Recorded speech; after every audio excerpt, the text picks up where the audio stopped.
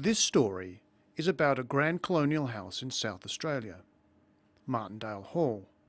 We'll look at the phrasal verb set about and the two ways of pronouncing house, house and house.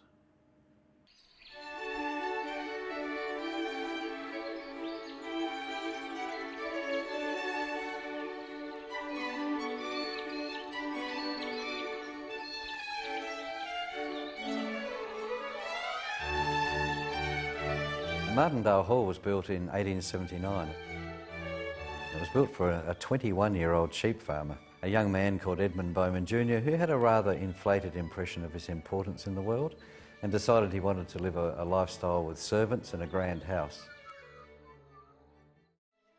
He had 14 servants, 13 female and 1 butler, and lived a very princely lifestyle here for many years.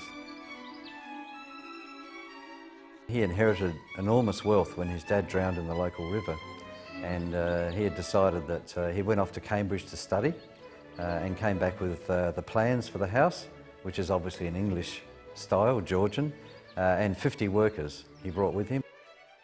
The 50 men were housed in tents, and they set about building the place with hand tools, of course, and they managed to build this house and all the other outbuildings in the very short time of 23 months.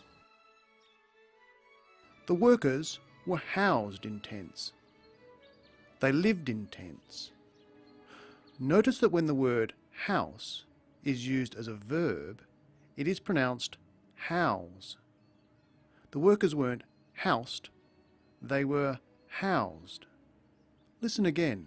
The 50 men were housed in tents. They set about building the place. To set about something is to start doing it, usually in a purposeful way. How long did it take after they had set about building it? And they managed to build this house and all the other outbuildings in the very short time of 23 months. It took just 23 months to build. Notice that the past tense and past participle of build is not builded, it's the irregular built. Martindale Hall was built in 1879. It was built for a 21-year-old sheep farmer. What sort of house was it? He had horse polo fields, he had a cricket oval where English cricket teams often came to play, he had a fully functional racecourse, so this was a party and sporting house in every sense of the word. It was a party and sporting house. It was a place to have fun. So what happened to it? Edmund Bowman Jr. unfortunately lost the place. It was then bought by the Mortlock family. The Mortlocks were a far more conservative family, far wealthier, but more conservative. And so whilst the racecourse and some of the other activities continued, it was on a more subdued level and they put more of their efforts into the farming. Comparing things can be tricky. If a word has more than 2 syllables, like conservative, you have to say more conservative. For most 2-syllable words, you also use more. Useful, more useful. But for 2 syllables ending in Y, like wealthy, you add wealthy, wealthier. And for 1 syllable, you add big, bigger. Then there are ways of emphasising a comparison. You can say much wealthier or far wealthier. Listen. The Mortlocks were a far more conservative family, far wealthier, but more conservative.